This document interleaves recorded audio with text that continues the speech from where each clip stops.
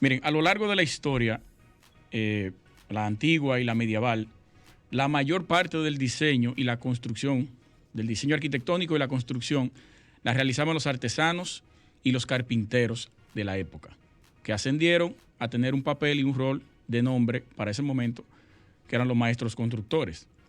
En ese tiempo no había ni ingenieros, como el concepto de ingeniero y el concepto de arquitecto no existía. Estos artesanos y estos carpinteros ejercían el papel de esos profesionales de la época. Hasta tiempos más modernos no existía una distinción clara entre lo que era un arquitecto y un ingeniero. En Europa, los títulos de arquitectos y de ingeniero se correspondían a la misma persona. Eso ocurrió aquí durante muchísimo tiempo, creo que a finales del 1970 fue cuando se dividió la carrera. Aquí antes tú te graduabas de arquitecto e ingeniero hasta 1977 creo que fue, que hubo una revolución en un cambio ahí y se dividió las carreras.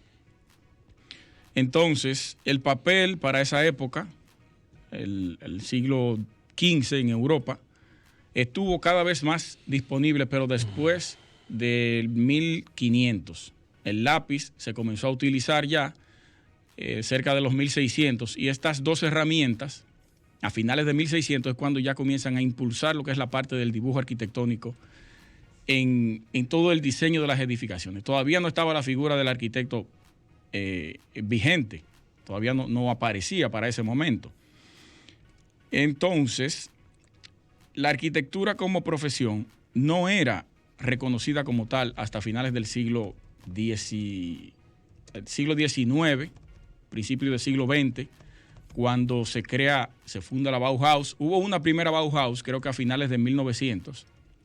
No recuerdo el nombre de la persona que la fundó. Luego Walter Gropius, para el 1919, es quien funda la Bauhaus que conocemos actualmente.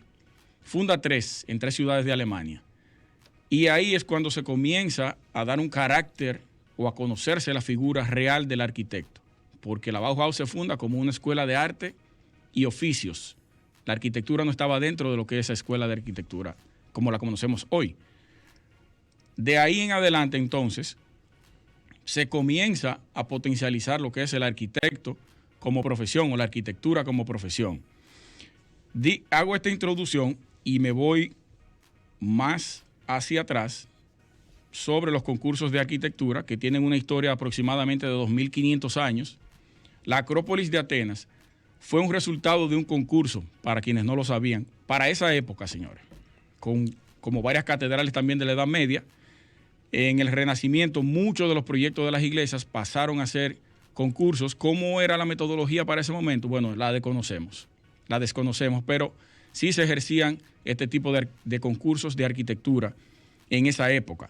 Por ejemplo, las escalinatas de Piazza de Spagna en Roma, búsquela, escalinatas de Piazza di Spagna, le va a aparecer rápido. Eso está en Roma. O la cúpula de la Catedral de Florencia, diseñada y construida por Filippo Brunelleschi, también fue producto de un concurso de arquitectura en esa época. En el siglo XIX hubo más de 2.500 concursos en Inglaterra e Irlanda. Y en 5 décadas hubo esa cantidad de concursos en esos dos países. Y en Londres solamente hubo 362 para ese momento.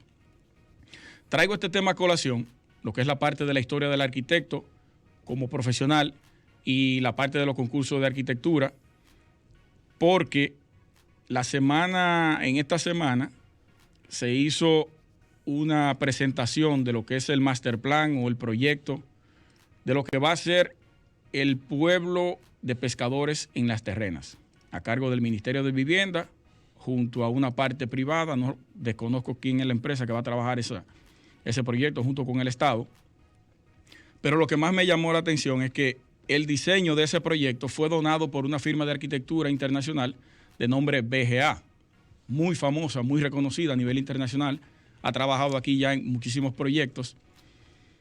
Pero recibir una donación de un diseño para un proyecto tan grande como ese, tan importante como ese, en una parte turística que está siendo potencializada actualmente, creo que no fue lo más correcto de parte del Estado. Creo que no lo fue. Incluso el arquitecto Marcelo Alburquerque emitió un comunicado en 2 hojas, leí la primera solamente, muy fuerte y muy atinada, todos sus planteamientos ahí, porque no es posible que teniendo aquí una serie de profesionales, que es lo que decimos a cada rato, profesionales preparados que pueden participar cómodamente en un concurso de arquitectura para ese tipo de proyectos tan ambiciosos. Eso ocurrió también para la parte de que fue cerrado ese concurso, esa licitación, que a Cabo Rojo, en Pedernales, un megaproyecto que se va a hacer por ahí, igual que el aeropuerto que se va a hacer en Pedernales también. No sé si fue a concurso eso. Yo hice un podcast criticando la jicotea que representa ese aeropuerto, que para mí no tiene nada de atractivo, porque se le ocurre meterle símbolos y formas de nuestra cultura taína, que para mí ya eso está obsoleto como materia prima de turismo. Eso no funciona. Hay que utilizar elementos contemporáneos en arquitectura para poder atraer personas de otros países que quieran venir a hacerse fotos o que quieran aterrizar en ese proyecto para vivir la experiencia de ese ente arquitectónico, que es el principal edificio que te recibe en el país, y de ahí es que tú entiendes o sabes cómo te va a tratar ese país. Es el primer recibimiento que te da un país, es el aeropuerto. Entonces yo creo que los concursos de diseño tienen muchas debilidades, pueden ser muy manejables, se pueden hacer muchísimos cambios. Quien convoca el concurso, aunque haya ganado alguien, no garantiza que el primer lugar sea el proyecto que se vaya a ejecutar, porque quien lo organizó puede hacerle cambios, al igual que el Estado puede hacerle cambios también. Eso ocurrió en el World Trade Center. Ganó Daniel Levy-Sky, construyeron creo que parte de lo que él propuso, pero no en su totalidad como él lo diseñó. Entonces, hay debilidades en los concursos, pero también hay oportunidades de promoción para los profesionales que quieran participar en este tipo de eventos. Debemos prestarle atención a esto, señores, que incluso la Sociedad de Arquitectos, ya para terminar, le propuso y le llevó un documento a Compras y Contrataciones durante o en el momento que se estaba tratando la modificación de la Ley 34006 de Compras y Contrataciones, para incluir los concursos de arquitectura. Se sentaron con nosotros y luego le dejaron fuera la propuesta que se le hizo.